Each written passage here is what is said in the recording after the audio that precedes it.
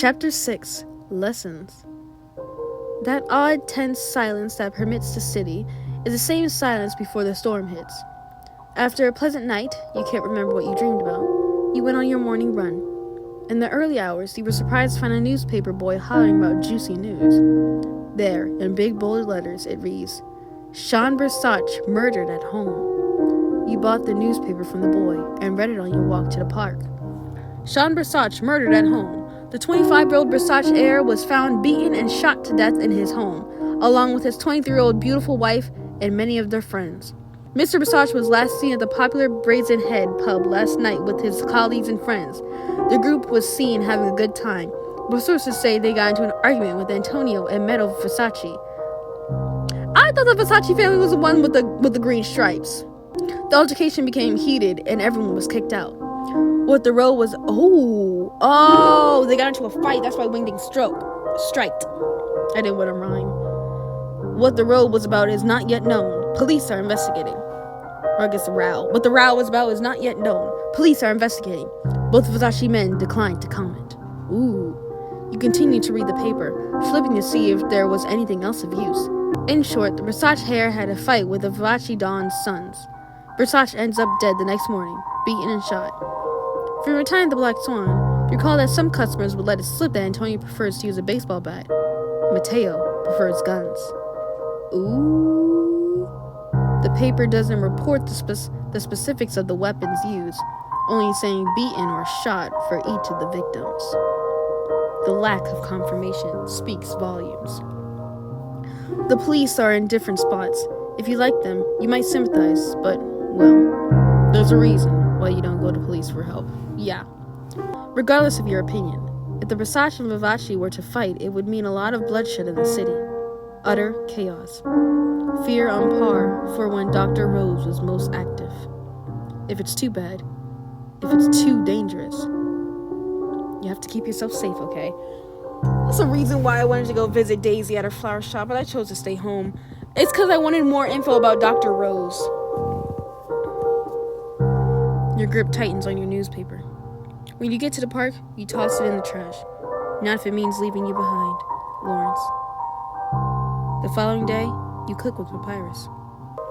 You step into the Black Swan during the early hours of the morning. It feels unusual to be there so early, but it's not unpleasant. You call out a greeting. Papyrus answers back. In the kitchen, Miss Faith. You head into the kitchen. The Black Swan's kitchen is normally pristine, sleek, and well organized. Today, the counters are covered in fruit crates that are so full they spill over the edge. Even the floor has stacks and stacks of boxes and crates of food. You see numerous egg cartons, milk jugs, bags of flour. It's a lot. Your eyes widen in surprise, you let out a small gasp. You whistle. While inwardly shocked, you remain stoic. What?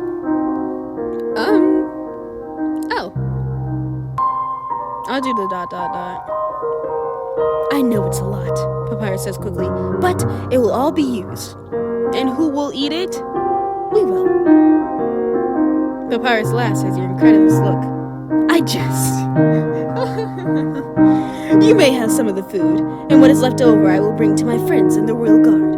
They all have very large appetites. Oh, that makes sense, they're doggies. You giggle, relieved you won't have to disappoint your new boss with your inability to consume an entire kitchen's worth of food in one sitting. Papyrus smiles at you, pleased by your reaction. Do you know the difference between monster food and regular food? Oh, pick me! I know the answer! The answer is, I'm not cheating, I swear. The answer is, when you eat monster food, you don't have to pee. You don't have to use the bathroom, it just gives you energy and heals you. But human food, it goes in and out the other way. Then allow me to you shake your head. Then allow me to explain. The fundamental difference is a lack of magic, he says. He picks up an apple. Human food is grown on the surface and normally without magic. He holds the apple out to you. You accept the apple. I love apples. What does it feel like to you? Like an apple? You turn the apple over. It's smooth, red, and looks like a perfectly normal apple. You explain such to him. It is, he says. May I have it back? He holds out his hand, and you place it inside. Vermilion light briefly shines around it. Papyrus offers it to you now. You accept it again. And now, it's smooth, red, and... question mark? There's a fuzzy warmth to it. You hold it in one hand and hover your other hand, briefly an inch away from it. You see no aura, yet you feel a strange fuzzy sensation on your hand when near it. It's as if there's an invisible force around it. You describe it to Papyrus. Correct. It is, as you might guess, embedded by my magic. Imbued by my magic. Monster food is food with magic. We typically grow the food in the Fell Kingdom using magic-enriched soil, so we do not need to add magic while cooking, explained Papyrus. Is it important for monsters to only eat magic food? Yeah, they're made of mostly magic, aren't they? It is better for us, says Papyrus.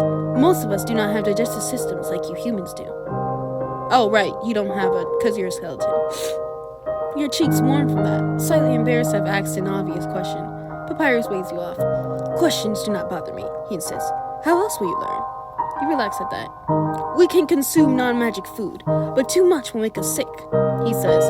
In my case, my magic is strong enough to break down the food without additional magic.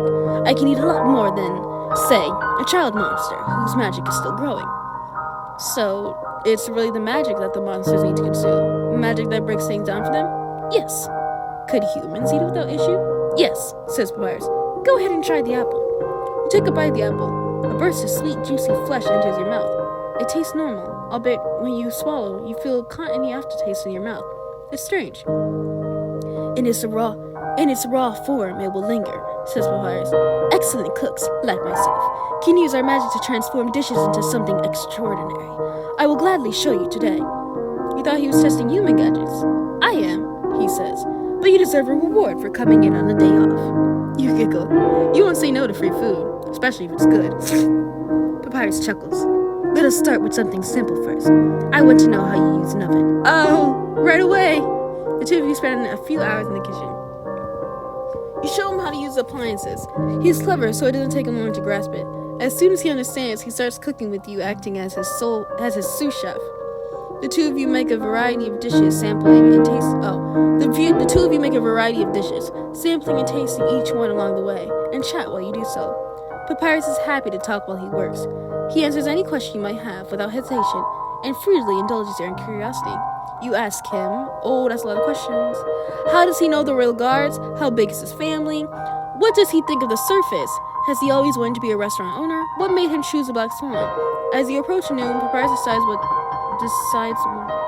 to start making dessert. Oh, that must be like the next option. I guess I could ask him every question if I want. I don't care about how big his family is, respectfully. What made him choose a black swan?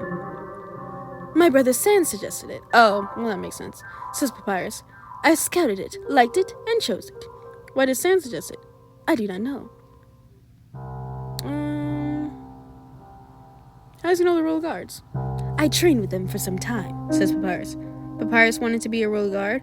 For a time, he says. I've since realized I am happier working with my brothers, so do not complete the process.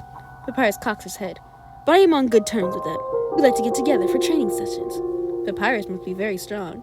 He grins. Yes. All the answers are kind of short. I guess I'll do all of them. Has he always wanted to be a restaurant owner? Excuse me. Yes, says Papyrus. Did you always want to work at a restaurant? I don't know about my future plans. You don't know. You've never given any thought. Dreams? Aspirations? You're lucky to be alive. You know it all to Lawrence. You consider Papyrus' question for several moments, stewing it over in silence. You finally admit to him that you don't know. That's okay, he says. You've all the time to figure out what you want. No, I do not. Not in this world. Sure. What do you think of the surface? It is loud, says Papyrus. The sun is the thing that took the longest to get used to. The sun? My brothers and I lived in the Fell Kingdom for most of our childhood and young adult years, explained Papyrus. Oh, the kingdom's underground? I mean, that makes sense. Well, the way I imagine the city, I imagine it wasn't really a kingdom. It was just called a kingdom, and it was just a city. And, like, they were just on the surface. Like, it was kind of just like two towns next to each other. You know what I mean? No? Okay. We did not go to the surface at all until we were older. We never saw the sun before. It is very bright. It is good to be in the city, as the buildings block out most of it. Papyrus pauses. I do enjoy the wind, he says. It is a pleasant sensation. We do not have that underground. And you? You grew up in a small country town. You're accustomed to all sorts of the weather. Do you like the city? No, you want to leave the city and go back to the country. I did not say that! Did I mess up? Did I pick a wrong option? Or is that just a thing? Because I didn't say that! I didn't say that! I said I like the city! Anyway, how big is your family? I have 2 older brothers, says Papyrus. Oh right, he's the youngest. Sans and Wingdings. It is only us now. Oh, and you? You have a brother. Ah, you are the youngest? Yes, Papyrus sighs. It can be troubling. Older brothers can be both protective and need protecting. Yes. We will both have to do our best as the youngest. Yes. Sure.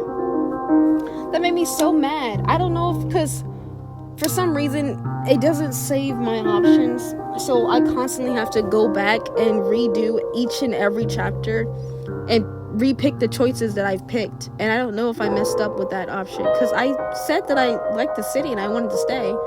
But I don't know. That really frustrates me.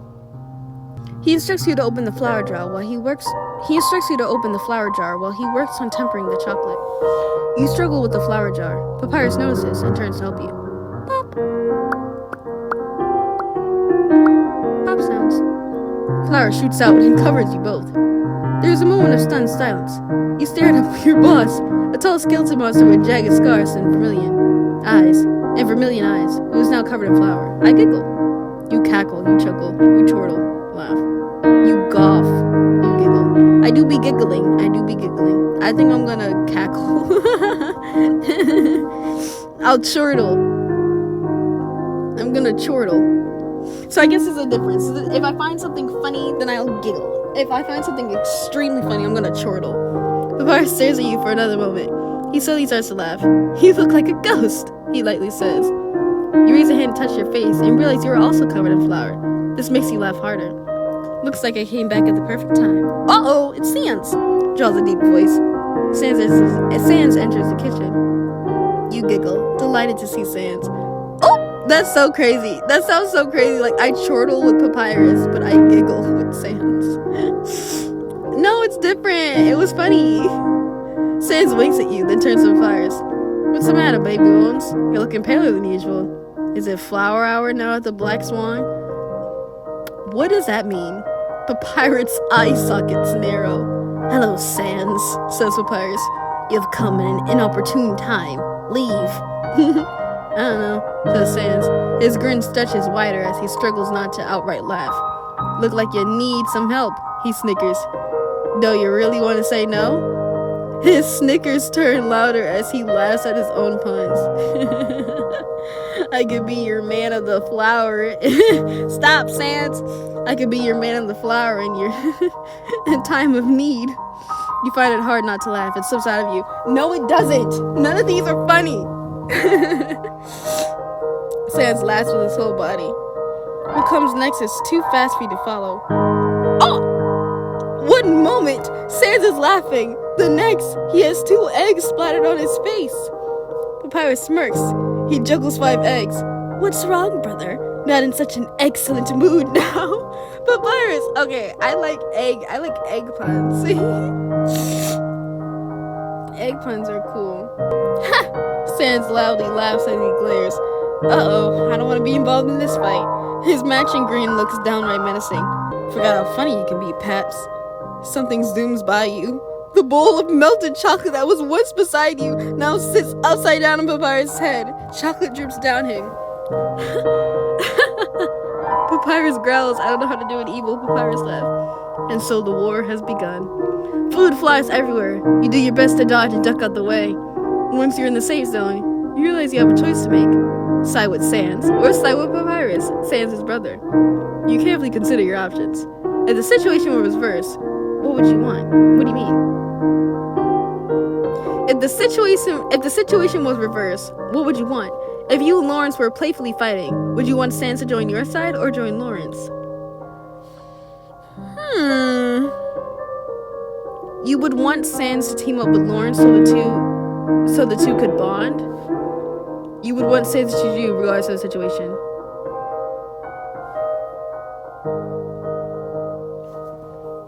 I was gonna pick Papyrus, for real, but then they, like, pointed it out, and I'm like, I'm kind of scared now. I was gonna pick Papyrus. Well, let's see. If he picked me, that would be Coolio. If he picked Lawrence, I guess that would also be Coolio. Like, I'm kind of indifferent. I guess I would want them to bond. Like, I want Lawrence and then to bond. I want them to bond. You throw a carton of eggs at Papyrus. You throw a carton of eggs at Sans. Take 2 cartons and throw one at Sans and one at Papyrus. I can do both. No, they'll both turn on me though. They're both gonna turn on me. If I throw 2 cartons at both of them, then they're both gonna turn on me, and I'll have to deal with 2 skeleton brothers throwing stuff at me. I think the best course of option is to join Papyrus. I mean, Sans is eating. Like, sure, I love Sans, but like, let's be honest, it's either gonna be Papyrus or it's gonna be I'm gonna attack them both. They're both gonna pummel me with eggs. Do I want a little... I'm gonna take a silly moment. I'm burning them both. You take a carton of eggs in each hand and throw it at both skeleton monsters. Papyrus sputters as Sans gazes at you. Then they exchange a long look. Grins split across their faces. Alright, says Sans. Free for all it is. It is only fair. Oh yay, this is so fun. I love this. They both proceed to pelt you with nearby fruit. Revenge will be yours. Within an hour, you have run out of food to throw. Oh crap, the kitchen is a mess. The 3 of you look like you went dumpster diving behind a diner at the end of the slow night. You're grinning. You only have a moment to catch your breath when someone else walks in. It's Gaster! Throw eggs at him! And in walks another skeleton. Sans, how long does it take to fetch... What the fuck? It's Wingdings. Let's throw eggs at him! Oh, he probably wouldn't like that. Let's not do that. Wingding Gaster surveys the kitchen. He looks at the food-covered walls and appliances. The floor is so messy you cannot even see the tiles anymore. He looks at his brothers, and you, who are equally dirty. He stares at the 3 of you in disbelief. You are adults. He started it. He instigated it. You are adults, Wingding repeats numbly. You offer Wingding an apology. He places a hand over his face. Clean this up. All of you. Please. Yeah, he's gonna make sure you clean it right. To your surprise, you see that he uses his shadows to grab a stool from the bar and pull it into the kitchen. He takes a seat on it. Sans looks mildly concerned. Are you gonna watch us? Yeah, he's gonna make sure you clean it right. He's gonna make sure all of you equally clean the kitchen, and another fight doesn't break out. Evidently, I must, he mutters. You two cannot be trusted to behave like adults. Papyrus looks embarrassed. The color under his eye sockets darkens to red, and he glances away. You wonder out loud if this is a common occurrence. Yes, says the Wingdings at the same time Papyrus and Sans deny it. Oh, come on, says Sans. I ain't ever done a food fight with Pass before. But you two have destroyed several restaurants and bars, snides Wingding, disdain evident in his tone. Destroyed seems too harsh a word. If the stains and damages are so atrocious that the owner cannot reopen, then destroy is absolutely the correct word to use. Oh. Goes Sans. Sans shrugs. We can hire a cleaning staff for this. Pay him well. No need for us to meet. But time out. I would never want a timeout from Wingdings. Never. Goes Sans. Sans shrugs. We can hire a cleaning staff for this. Pay him well. No need for us to... Need a timeout? Wingding says quietly. Papyrus and Sans shakes their heads. Time out? Don't ask. Papyrus warns you immediately. Your mess, you clean it up, stresses Wingding. He's such a dad. The 3 of you exchange glances. Why do I have to clean up? I wasn't even a part of this. This is totally not my fault. This is literally not my fault. I don't know what you're talking about. This wasn't my fault. This was not my fault. Anyway, Well, your mess. You helped them clean it up. You are sore, stinky, and sticky by the end of it. Oopsies. Yeah, I don't think throwing an egg at Wingdings would have helped anything. Once the kitchen is immaculate, you are not. All you want to do is take a bubble bath. It wasn't a bad time, though. Sans, Papyrus, and Wingding would bicker with one another in a comforting familiarity that put you at ease. You didn't feel like the odd one out, as each brother would make it a point to include you in the conversation. That's so cute. Especially Sans. He was always nearby, within arm's reach. He'd give you a wink every time you made eye contact. Sometimes, when both of his brothers were engrossed in a conversation, he'd lean over and whisper to you, "You're welcome to take a shower at my place after this." Sans, go home. Enough. It'd be a lie to say you aren't tempted, but being covered in slimy food did not put you in that kind of mood. Yeah, no thanks. Especially when part of it has dried into your hair. Ew. And was pulling at your scalp so you could feel a headache coming on. Very flattering for him to offer regardless. Oh please, it's Sans. He'd love you even if you were like covered in trash. Which technically we are. It is late afternoon by the time everything had been restored. "Miss Faith," says Papyrus, "thank you for your help." "Of course, you helped make it. It's only fair for you to help clean it up." "I appreciate it," says Papyrus. He hesitates. "It has come to my attention that we are short-staffed tomorrow. Would you be able to come in?" You hesitate. "You have evening plans. You have to." "I would greatly appreciate it," says Papyrus. "I have evening plans?" Oh, probably with Azrael. Or was it Sans? I don't freaking know. I'm dating them both at this point. Okay. "Would you like one of us to escort you home?" Sans, come here." Wingding politely offers you. All three of them look at you expectantly. "What? I'm taking my boyfriend home." You shake your head but thank them. "What? I don't get the option? I wanted to go home with Sans." "You sure?" Sans asks. "No trouble." "You're sure. You want to go inside and head straight for the shower." Sans leers. In that case, Papyrus smacks Sans back. "Respect your choice." Papyrus is so sweet. Oh, I love him so much. But 𝐥𝐸 gives me like dad vibes. Papyrus is like that kind of brother, but like I wouldn't imagine me being older or younger than him. Like we'd be like the same age, so we'd be like the Trouble Twins or something. And since Sans is like my boyfriend, he'd also be part of the Trouble Twins, I guess. The Trouble Triplets. Like all three of us are like Trouble Triplets, but except with like him, he'd also like kind of monitor us as well. Or was that Papyrus? I don't know. The dynamic is off here. Anyway, what's going on? What's happening here? Okay, Sans rolls his eyelids. "Very well," says Wingdings. "Do keep safe." "Yes, you always do." "Clearly not! I died 4 times!" You head home. You take a bubble bath. It lasts a lot longer. No, girl, let's be so honest. That kind of mess requires a deep, clean shower. You take a bubble bath. It lasts a lot longer than usual to scrub the yolks out of your hair. You end up needing to pause to clean out your drain. Unfortunately, you have to go for a second bubble bath. But you are clean at long last. You dry off and change into your short night dress. Thankfully, Papyrus packed food before the fight that managed to stay unharmed in the war. You decide to eat it as your dinner. Before you get the chance, you heard an odd sound like tinkling bells. It chimes from your nightstand. You follow the... Oh, is that my alarm clock? It's my phone. It chimes from your nightstand. You follow the noise and see the magical mirror 𝐥𝐸 gave you is shining. You pick it up. 𝐥𝐸 appears in reflection. "Hey," he greets you. "My sibling and I are catching a movie in an hour. Want to join us?" Girl, I just got finished bathing. I want to go to sleep. You're pretty tuckered out, and tomorrow you'll have a long day considering it's time to put up the posters again. Girl, I am tired. But sure, I rarely hang out with 𝐥𝐸. Not by choice. I mean, not by choice that I rarely hang out with him, but like, I rarely get the option, so. Fine, I'll just hang out with him. Why not? You might be tired, but you want to spend time with your friend. I hope I don't kill him. No, I think I made a bad choice. 𝐥𝐸 just said to stay safe. I should have stayed my butt home.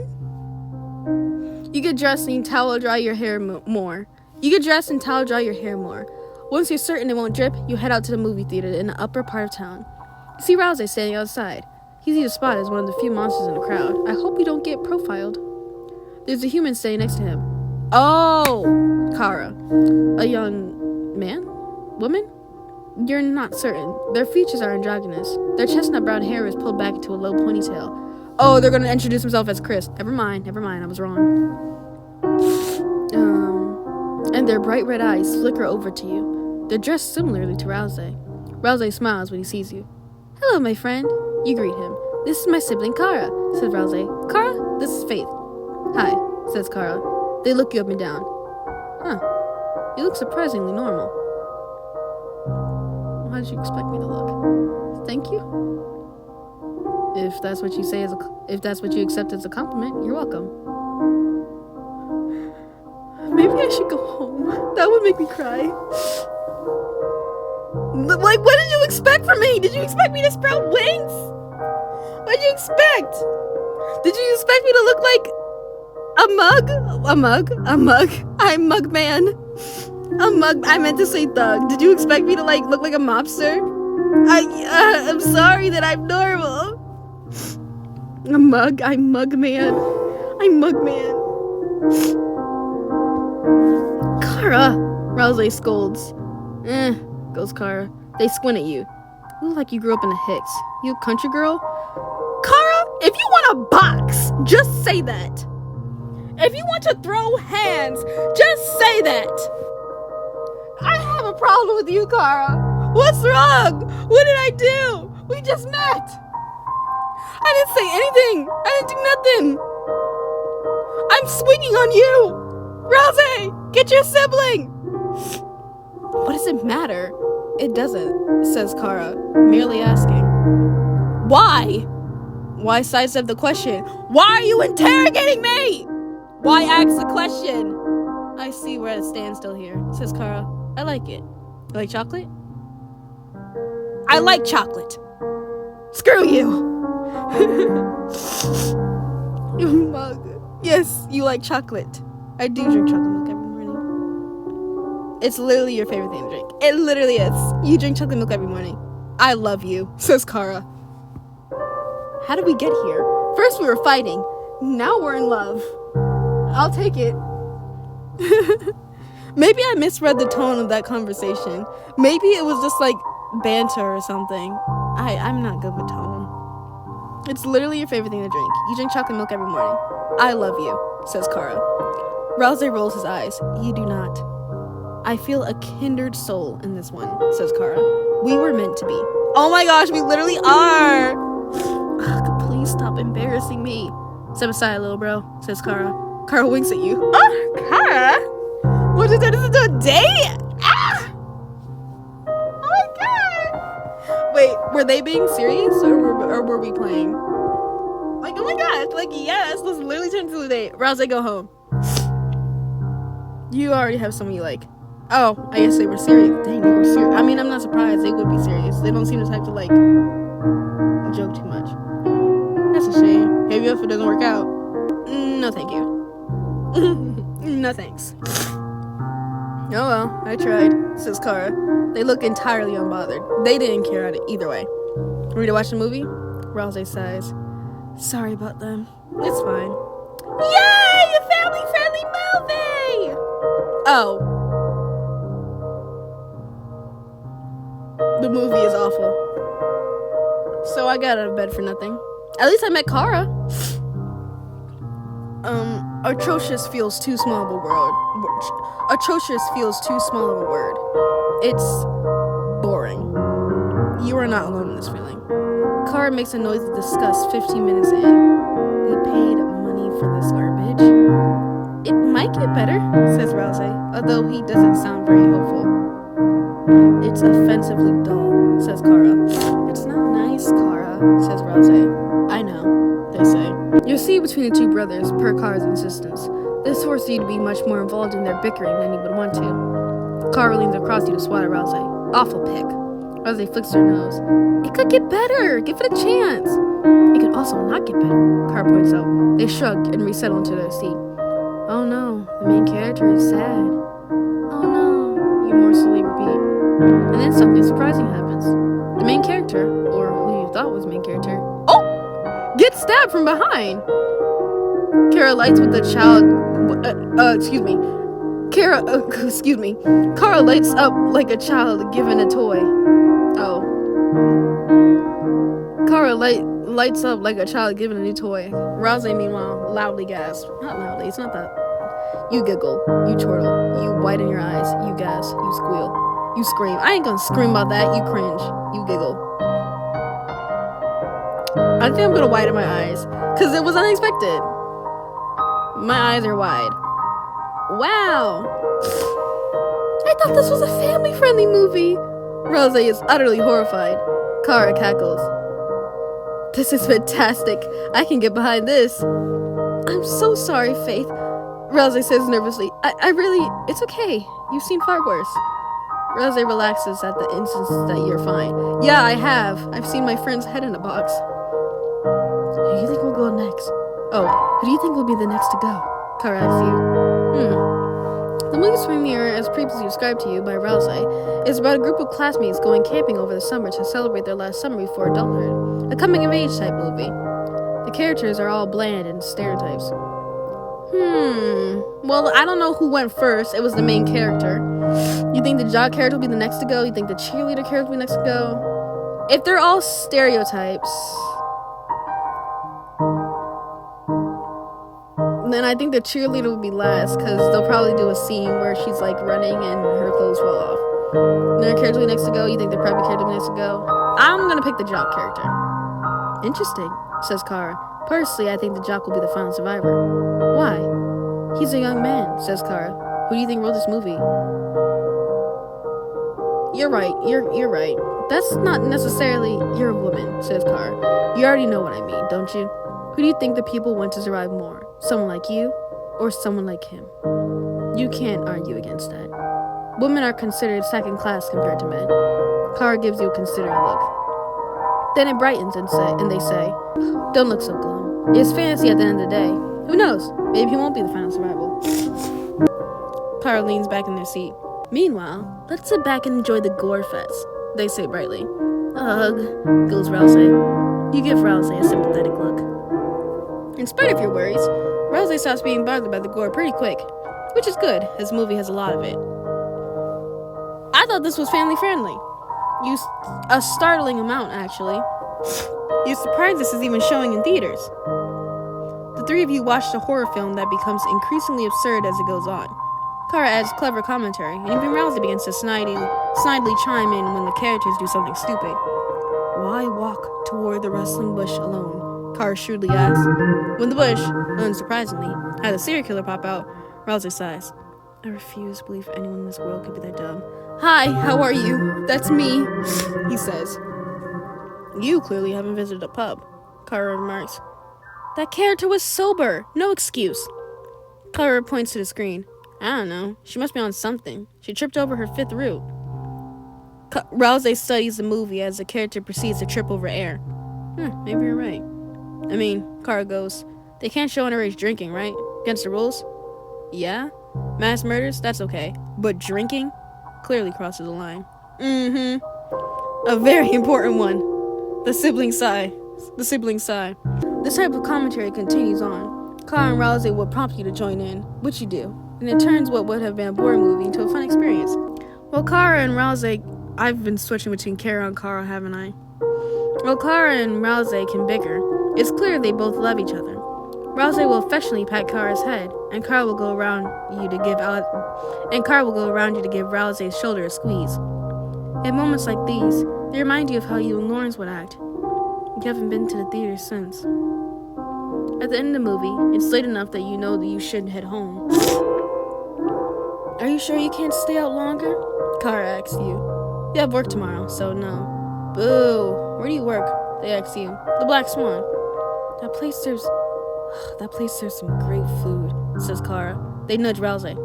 Rousey offers you a smile. Thank you for coming out. You thank them for the invite. It's very late by the time you make it back home. I should have stayed my butt in bed, but at least I met Kara. It's been a busy day. A fun day, but a busy one. You change to your shirt and nightdress and crawl into bed. As you close your eyes, you find it hard not to compare the relationship you see in Car and 𝑃𝑙𝑒𝑎𝑠𝑒, Sans, Papyrus, and Winding. They all clearly care for one another. You wonder. You wonder what Lawrence would make of them. You wonder what they would think of him. Lawrence. Close your eyes as sleepy memories bubble to the surface. A home must be neat. We're probably going to get a touch of our abusive parents. Oh! Yeah, I thought so. I don't know why I'm surprised. I did a thing. A home must be neat for you to get a treat. A home must be neat for you to get a treat. That's probably her mother. She's, I don't know. A home must be neat for you to get a treat. You didn't make your bed one morning. You woke up late this one time, and you didn't have time. You thought it'd be worse if you kept Papa waiting. You were wrong. A home must be neat for you to get a treat. You were very, very wrong. He starved us because we didn't clean our house. Lawrence once asked you who you thought was worse. You, at the time, answered Papa. He was loud, big, and his hits hurt for weeks. Your brother's face grew sharp at that. He disagrees with you, he said. She's worse. You thought that was absurd. Mama was tiny. She never raised her voice, and her slaps were healed by the end of the day. You haven't made her real angry yet, he said. Let's hope you never do. But you did. You didn't make your bed. When you got home, Mama asked you if you make it then. You did it without fuss. Oh, you didn't make your bed. When you got home, you didn't make your bed. When you got home, Mama asked you to make it then. You did it without fuss. She then asked you why you hadn't before. You explained you were running late. She asked if that was her fault. No. Then why was she being punished for it? I think... What? You hadn't heard your mother scream until that day. She didn't hit you. She hit herself. What the freak, Mom? What the freak, Mom? I didn't make my bed and you start... Mother? Mom! Mommy, I didn't... Mom!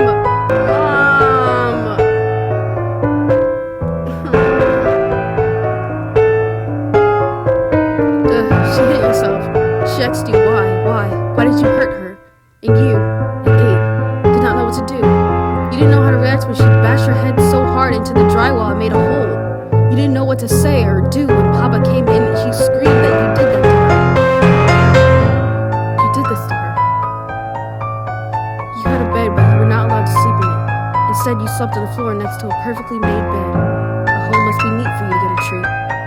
Neither of you can forget this. Mom! WTNF! When you ran away with Lawrence, the two of you couldn't afford much. You made even less than what you do now. What? When you ran away with Lawrence, the two of you couldn't afford much. You made even less than what you do now. For the first year, you had to share everything. A room, a bed, clothes, food. Your dingy apartment with your brother was little more than a hovel. But you two always kept it clean. And you always made your bed. You kept it clean. You didn't do it because of her. You did it for Lawrence, for your brother, who flinches at a mess in the home. It didn't matter he knew how to fight. It didn't matter he knew how to hold a gun. It didn't matter he graduated top of his class at the academy. None of that matters when the battle is inside. And if keeping a clean home helps him fight, you can do that much. She wasn't the only one who gave you lessons. Your papa taught you a lot. They weren't conventional lessons, but they were instructive nonetheless. Permanent. You learned how to be quiet, real quiet, in a home with squeaky floorboards. You learned how to talk your way out of difficult questions people thoughtlessly asked. You learned how to hide. You learned how to make yourself small. You learned how to make yourself forgettable for days on end. You learned how to dig food out of the trash when you got real good at that. So, you did it for you and your brother on days Papa kept him in the cellar. And your favorite lesson Papa taught you was that you were a survivor. Tiny. 12-year-olds and you looked like you were 8. One too many days without food made you a mere skeleton of a child. Trash can only provide so much sustenance. Hunger pains gnaw at you, sharp and unrelenting. You ignore it. You're used to it. The entirety of your right face throbs. Your right eye has been swelled shut. Laying on the left side of the sticky wooden floors. The summer heat has turned the air humid and muggy. Sweat makes your clothes stick to you. Papa sits at the kitchen table. He stares at the bottle in his hands. You do not move. You do not dare. You know better than to draw attention to yourself. So you lay there, quiet, still, intense. Your body is tighter than a rubber band pulled at the edges. You focus on your breathing as you actively try to be as silent as possible. Quiet, quiet, quiet. Lawrence enters the kitchen. Scrawny and angry. He's outgrown boyhood, but isn't yet a man. Papa looks up at him and snarls. You're past curfew, boy. I don't want to read this. I don't want to read this. Lawrence doesn't respond right away. He looks to you. The handprints on his neck are starting to fade. You stay tiny, tiny, tiny. Lawrence moves to you. He reaches out. You reach out. He takes your hand and you squeeze his. Your eyes burn and your vision blurs. You cannot stop the relief and fear that comes every time you're with him. Relief that he will try to protect you. Fear that he will fail.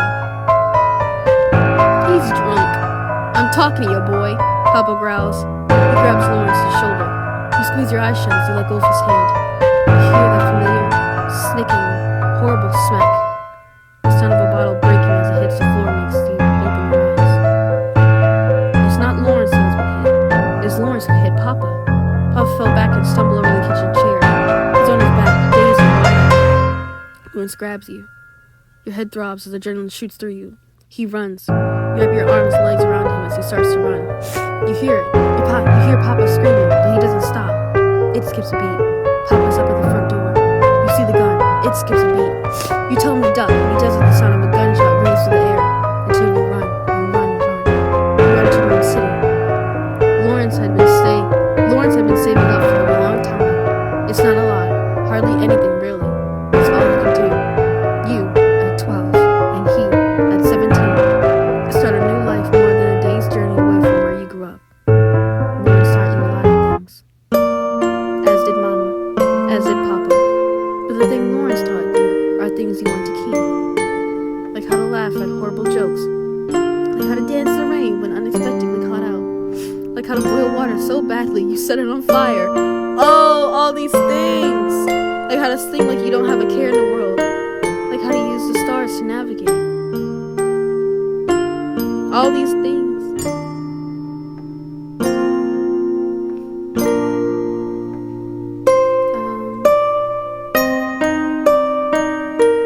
I want to do the stars when the stars sound so sweet. Or maybe the rain.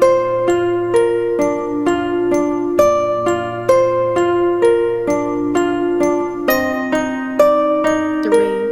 The trick is to take off the shoes first, he says with a laugh. Keep them dry at least. You never want to walk home with wet shoes or wet socks. He taught you how to giggle. He taught you how to laugh with your whole body. He taught you how to save money. He taught you how to read. He taught you how to follow your instincts. He taught you how to trust. He taught you how to love. He taught you how to live. Which is why you promised him to be safe as long as he keeps his promise too. When you wake up, it'll be time to start the process over again. You'll have to put up the posters after work.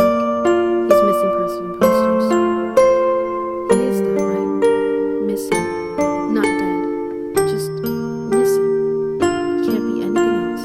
He has to be okay. You'll find him. You'll find him. Please let me find him. You arrive in the Black Swan for your unexpected shift.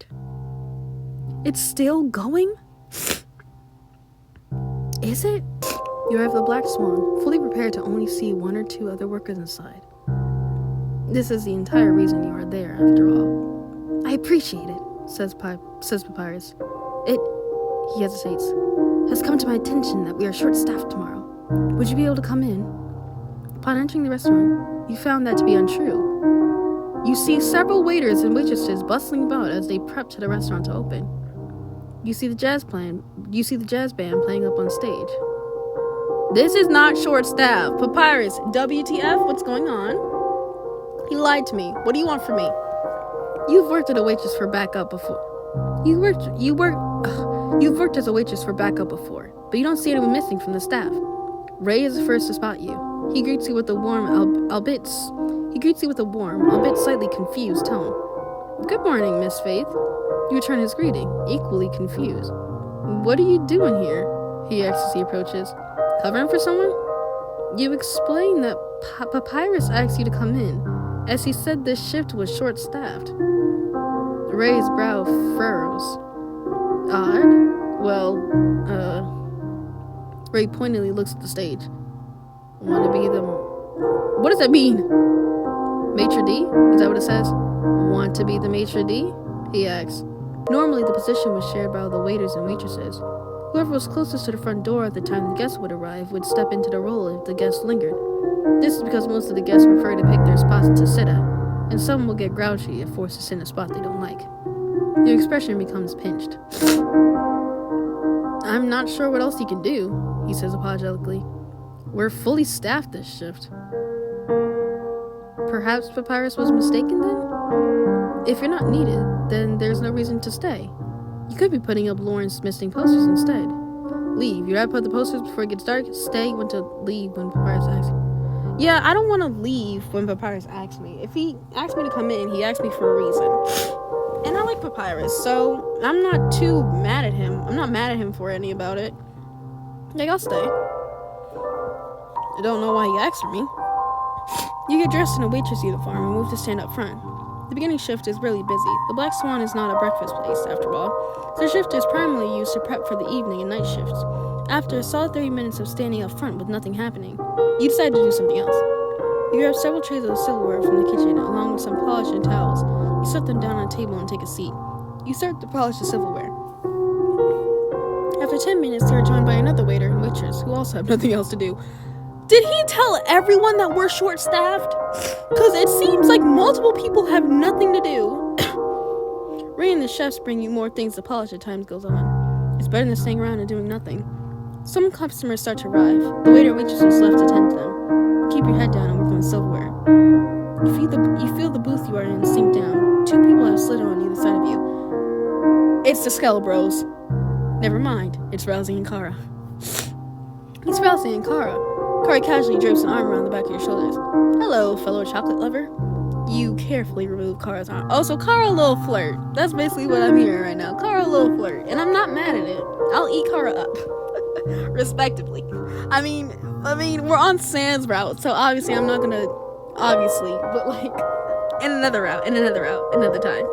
You say, hello, good day. Good day, man. Hi. Hey. I'm not gonna be mean.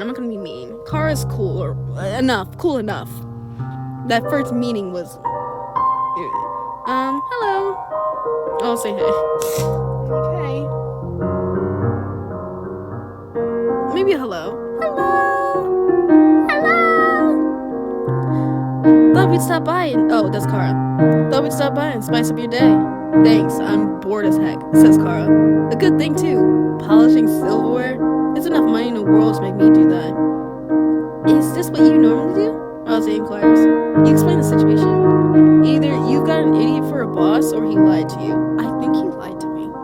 You frown. Papyrus is not stupid. You don't think he lied to you either. It's perfectly possible he made an honest mistake. Kara makes a non-committal noise. Wait, Papyrus is his name? Yes. Papyrus Gaster? Yes. Huh, goes Kara. You ask Kara if they know Papyrus. Kara shrugs. We've met a few times. When you live in the Fell Kingdom, you get a chance to meet all sorts of monsters. Right out in Rousey? Yes. Yes, Rousey says slowly. From what I remember of Papyrus, he's not the type of monster to... I don't think he lied to you out of malice. It'd be a surprise if this was an honest mistake, since he's normally very, put together? Offers Kara. Organized, agrees Rousey. What are you doing after work? Asks Kara. Want to catch another movie? There's a thriller airing. You briefly smile but shake your head. You have something important to do. What could possibly be more important than watching another horrible movie? Watching a good movie? Asks Kara. You sidestep the question. You don't feel ready to tell them about Lawrence. You answer honestly. I mean, let's be honest. What's Kara and Rousey gonna do? I mean, I know they have connections. I know they're the children of, like... Oh. They are the children of, the Dreamer family, and they are a mafia family. But they don't do human trafficking.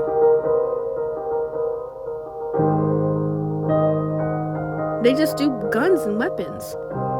But that doesn't mean they don't have Lawrence hostage. But why? What would they want with Lawrence? I'm gonna just tell them. You have to put up posters for your missing brother. Kara and Rousey sit back. Oh, did I ruin the mood? I'm sorry, y'all. Kara and Rousey sit back. Both of their eyes widen. What? Rousey quietly asks, his expression conveying disbelief and concern. Your brother is missing? Yes. How long? Kara inquires. Their voice is surprisingly gentle. 5 years.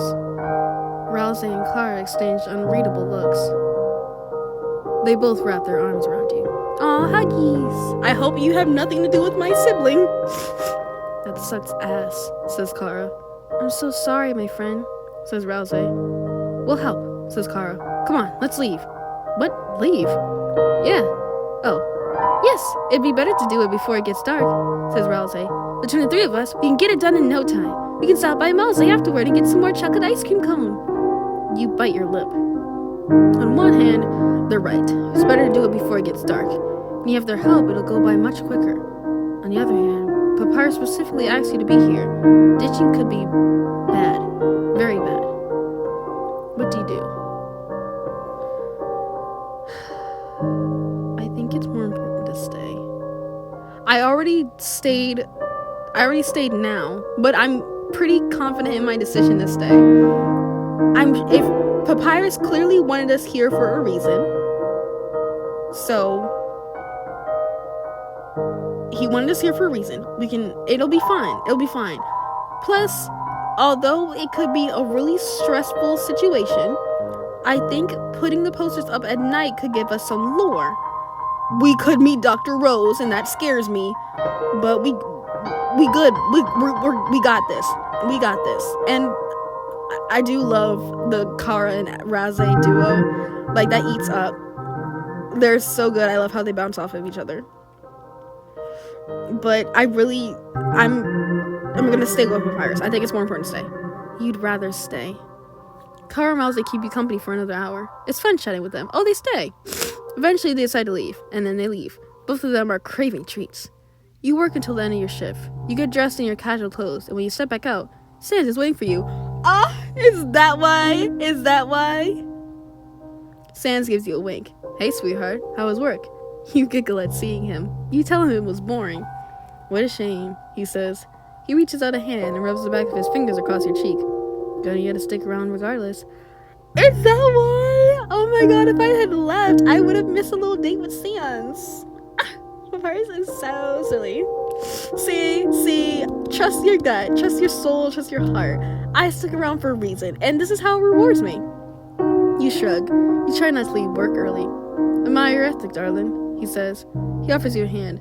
Mind if I walk you home? Stop it!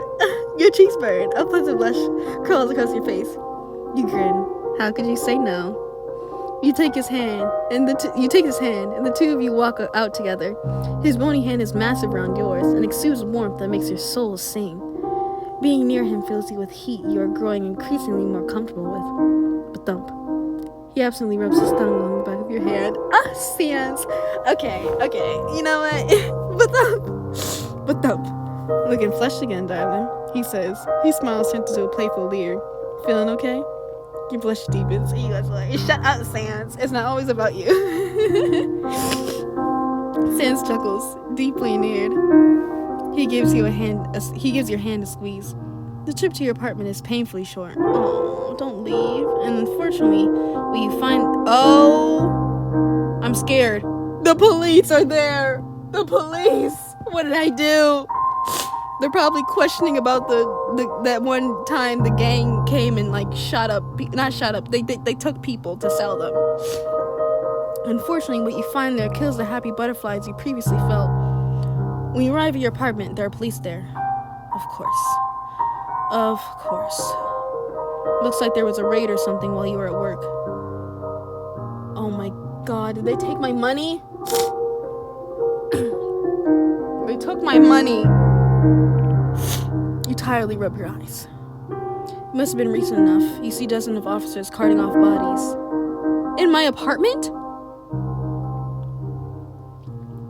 Sans pulls you closer. I guess that's another thing. Luckily that I stayed at work, so I didn't have to deal with none of that. Lucky you were at work, huh? He goes, yes, lucky you. Sans frowns. Sans, did you set this up? Sans frowns.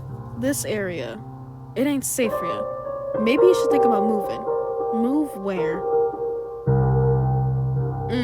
Sans eyelids brighten. I got a place. Does he now? Plenty of room for you, he says.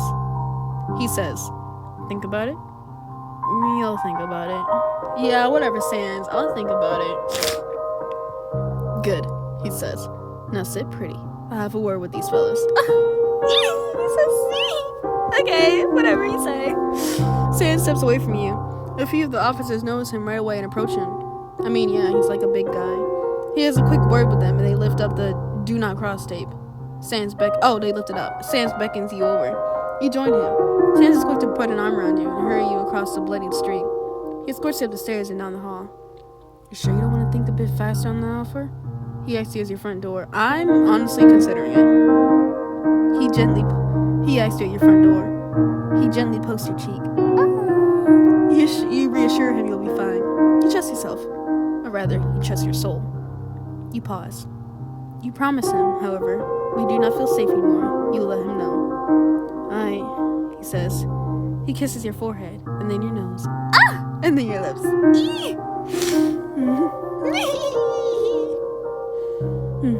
If I didn't have a meeting to get to tonight. Sans! There's like corpses around my doorstep. Please. This is not the time. There are corpses around the doorstep. Please, sir. Anyway. He grips the back of your head to kiss you more deeply. Your heart thumps in your chest. You're forced to pull away to breathe. I don't need to breathe. He takes the opportunity. To nibble at your neck. Take care, darling. He whispers into your neck. I'll see you again real soon. All that's left to do is put up the posters. You grab the duffel bag filled with Lawrence's missing posters and you head out. It takes you 5 hours to put up the posters. Dang! You are largely undisturbed in the process. With the rousing and car, it probably would have took like 3. Or maybe 2. Maybe 1. They do have magic. Every time you feel your soul alert you about dangerous alleyway, you avoid it and carry on. Your fingers, arms, and neck ache from constantly putting up the posters. It's very late by the time you get back home, and the police are mostly gone. It's time to end your day. You're glad you can finally go to bed, completely spent from a long day. A nightmare takes you. I don't feel safe. You promised to stay safe, Faith. I know I don't have a lot of room to judge anymore, but I don't feel safe. I'm sorry.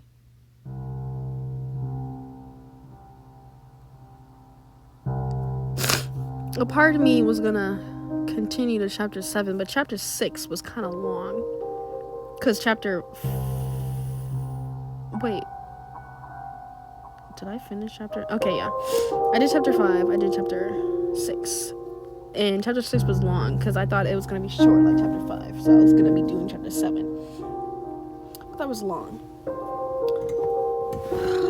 Well, this was actually a lot more relaxing than the last one. Because the last time, it was so stress-inducing because I was like up and down. And we only died once. So that was good. We met Gaster. We had some fun with Sans and Papyrus, with the whole family. I feel like I'm really accepted, and we're having a good moment. I'm not too stressed about Sans anymore, because like I was like leaning away from him at first, but now I think it's okay to like lean into him. I feel ready. I feel good. I feel good about it. We met Kara. That started off pretty rocky at first. But I'm glad my chocolate milk decision made them fall in love with me. And honestly, as they should. Rosie's real cute too. Honestly, Honestly, for real. Like, I really love them. This is like really fun and really cool.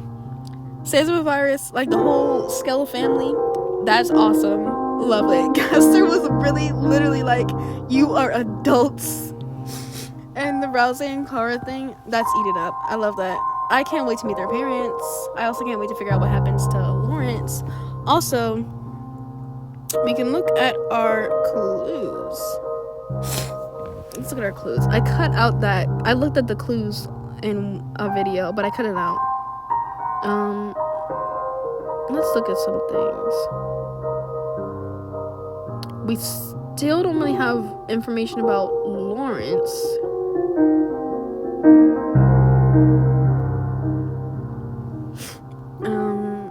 Maybe we have... I could have got some information about Dr. Rose.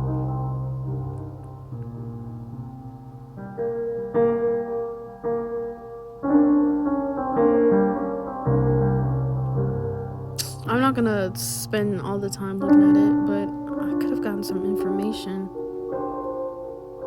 Oh, my bad. That could have been iffy. They're now dead. Oh, I guess they're not.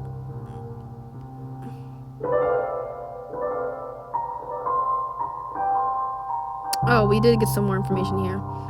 Tweeted with... We still don't really have much about the Dreamer family. Deathless Beast. That's definitely Kara. No! Like I said, a monster began 5 years ago. Lawrence disappeared 5 years ago. He is this guy. I swear he is. I swear he is. I don't know this Dr. Rose nonsense. But why would he kill his brother? Not his brother, his best friend. Oh right, there is a conspiracy going on. Something about love. Ooh! Wait, I just realized. Dr. Rose, and they put yellow roses in the heart. That's Flowey. No, that makes no sense. Rouse Azrael is Flowey. Flowey doesn't exist in this universe. But I'm not sure.